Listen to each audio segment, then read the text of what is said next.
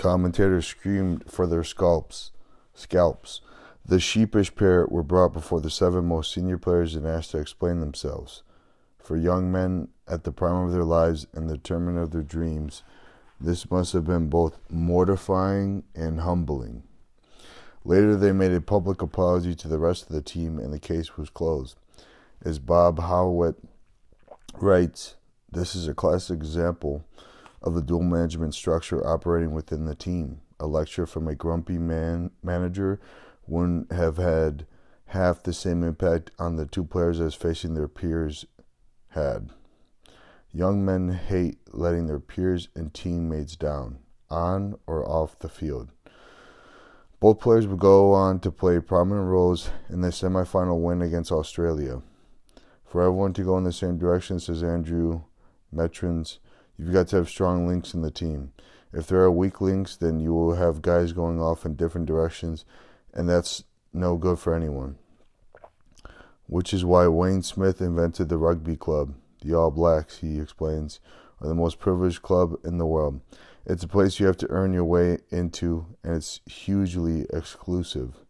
I really felt that the rugby club would give us an opportunity for players to talk about the past, be proud of where they came from, and who they are.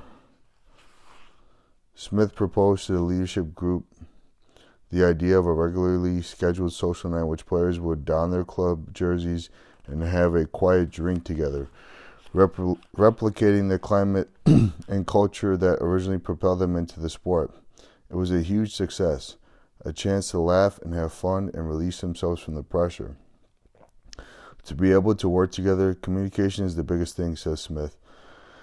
And I think that comes from a team that has good links from off the field, a team able to spend time together and talk to one another and be honest with one another. It's incredibly important. You talk about handling expectation and handling pressure, says Graham Henry. You talk about leaders leading, players leading. You talk about the legacy and what that means. But I think the other thing that was really important was the connection between people. And the greater those connections, the more resilient and the stronger we were, the better we were. The strength of the wolf is the pack, as well as the bonding aspect. The rugby club also serves to reconnect the players with their story, their roots, their wanahu. The old club rugby shirts remind them of where they come from and the position they've reached, but also remind them to keep their feet on the ground. It is a way of staying anchored and to attach personal meaning to team purpose. And it is an excuse to have fun. Whilst there is a lot of pressure on them to enhance the jersey and pass it on in a better state, if you enjoy the experience, it actually makes it easier to achieve the goal, Smith says. Fun with a serious purpose, to win. The strength of the wolf is the pack. This kind of bonding process provides social capital, that is, the intangible benefit of closeness and cooperation, which is trust. It also provides a collective intelligence, more heads being better than one. But this sense of unity can be threatened by just one person. An old Arab proverb says, it's better to have 1,000 enemies outside the tent than one inside the tent. There's a similar Maori saying, Haiti wai ko wahu waka e taburi te waka. A little water seeping through a small hole may swamp a canoe. The All Blacks, meanwhile, strictly maintain the maxim they borrowed from the Sydney Swans. No dickheads. No dickheads is the antidote to the leak, the bad apple, the enemy inside the tent. It extends to selection. Some of New Zealand's favorite players have never made it to All Black status because they are considered to be dickheads. Others make it but are never invited back. It's a powerful and effective philosophy that helps maintain an exceptional environment. One disaffected or selfish individual infects the group. Remove them and the group will cohere and heal. No dickheads. Setting high standards and putting the measures in place to maintain them through peer-to-peer enforcement is a critical component in successful team culture. In fact, all the coaches mentioned so far, Bill Walsh, Vince Lombardi, John Wooden, Phil Jackson, and Clive Woodward, began their tenure by implementing a set of high, non-negotiable standards. These standards are how they identify the expectations and set the ethos, the culture of the team. There's tremendous overlap in their philosophies and that of the All Blacks. Vince Lombardi says, as a leader, you're being watched 24 hours each day. The All Blacks say you're an All Black 24/7. Bill Walsh installed an agenda of specific behavioral norms, actions, and attitudes that apply to every single person on our payroll. The All Blacks say better people make better All Blacks. Phil Jackson's goal was to find a structure that would empower everyone on the team, not just the stars, and allow the players to grow as individuals as they surrendered themselves to the team effort. The All Blacks had a dual leadership model. John Wooden said that a player who makes the team great is better than a great player. The All Blacks say no one is bigger than the team. In his book, Good to Great, Jim Collins argues for the primacy of the who before the what, the we before the me. He quotes Ken Kesey in the electric Kool-Aid acid test. You're either on the bus or off the bus. His research shows that good to great leaders began by first getting the right people on the bus and the wrong people off the bus, and then figured out where to drive it. He implies you don't have to be ruthless, just rigorous. As the saying goes, if you insist on only the best, you very often get it.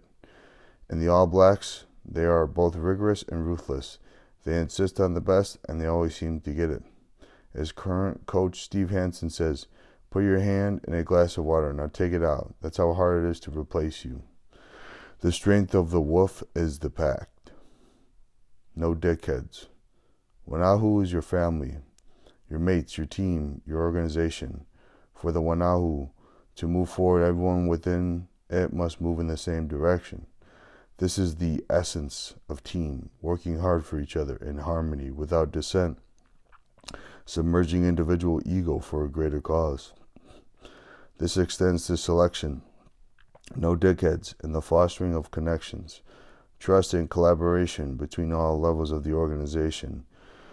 In this way, people work for each other rather than for individual glory. In the All Blacks, high standards are fundamental and are enforced by the players themselves, who are trusted to do the task.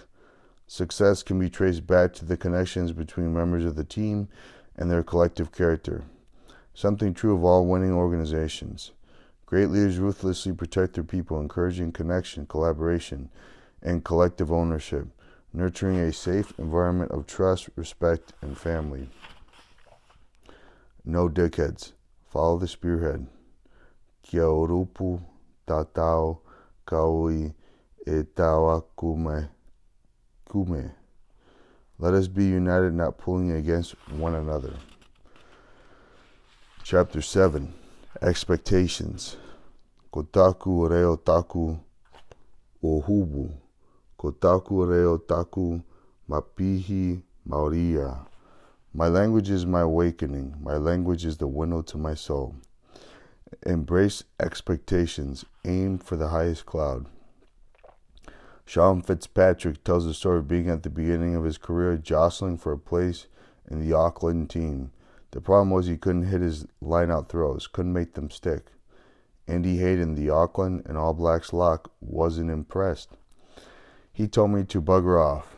Basically, says Fitzpatrick, luckily for me, I dealt with it the right way and went away and learned how to throw the ball in. It was a hard lesson, though. I didn't play for Auckland for another 2 years. Another story is 1993, the All Blacks against the British Lions in Wellington. Despite a narrow win to the test before, the All Blacks ran on clear favorites and ran off humiliated. The score 20-7 to the Lions. Suddenly, with the third and final test approaching, the All Blacks were staring into the abyss. The possibility of 2 straight losses for the first time since 1949. The papers savaged the team. According to Robin McConnell in his book Inside the All Blacks, so did the coach Laurie Maines. I've never been so bloody humiliated as to see Palms dominating an All Blacks team. Do you accept losing a test match? I don't. We need guts. We need good Kiwi toughness and heart. Above all, you're All Blacks. What are you going to do about it? In the locker room right after the game, Fitzpatrick told his player, "Make a mental note of the way you feel right now, and make sure you never feel that way again." It was a lesson in losing that had been handed down to him. As All Blacks, he tells a London Business Forum conference, "You're told in no uncertain terms to remember your losses more than your wins." It hurt Fitzpatrick worst of all. His penalty count had been higher than the rest of his team combined. Ex-All Blacks called on Fitzpatrick to resign. Instead, he turned the pain into motivation. The next test in Auckland, they won 27-3. It would have been too painful to lose. It is the fear of not doing it properly, says Fitzpatrick. And what does that do? It makes you prepare properly. And all successful teams, whether it be in business or in sport, the ones who prepare properly are the ones that normally win. People get scared by the phrase fear of failure, he says, because they think it inhibits their performance. But if you're actually honest with yourself, if you actually use that as a motivating factor to prepare well and not the night before, you know the business pitches that fail are the ones where the people are up at 3 o'clock in the morning preparing. A strong dislike of not being a good enough is healthy, says Andrew Metrins. I would do anything to win, except cheating, of course. I hated losing, really hated losing. The key, Fitzpatrick tells his audience, is to understand that there is a world of difference between fear of feedback or failure and harnessing that fear to positive effect. Embrace expectations. In Nobel Prize winner Daniel Kahneman's book, Thinking Fast and Slow, he writes about the benefits of a fear of failure and what he calls loss aversion. Citing research by Devin Pope and Maureen Schweitzer at the University of Pennsylvania, he discusses the relative strength of two motives and the statistics of professional golfers. Whether the putt was easy or hard, at every distance from the hole, the players were more successful when putting for par than for a birdie. The difference in the rate of success was 3.6%. We don't play to win. It seems we play not to lose. The history of All Blacks rugby has been so successful that the expectation in New Zealand is that we win every test, says Graham Henry. And I think that is good for the team. If you didn't have that expectation, I'm sure we wouldn't reach the standards we do. It's a triangulated crossfire. The expectations of a nation, the expectations from teammates and coaches, and a high level of self-expectation all coming together in one massive loss aversion that drives them to greater sacrifice and success on the field. We have a saying, says Fitzpatrick, don't be a good All Black, be a great All Black. Don't just be satisfied to reach your targets, go higher. As Jonah Lomu told Kevin Roberts, we hate coming second place to ourselves. Embrace expectations. It is this internal benchmark that sets apart the great from the good. I challenge myself to be the best basketball player every moment I'm playing the game, Michael Jordan tells MVP.com. As recounted by Tony Cozier to the BBC Sam Sheringham, Tino Best, the West Indies fast bowler, shows how it is done on his answer phone. This is Tino Best speaking, the fastest bowler in the world. I can't take your call right now, but I'll get back to you as soon as I finish practicing how to get faster. It's similar in the Royal Air Force aerobic team, says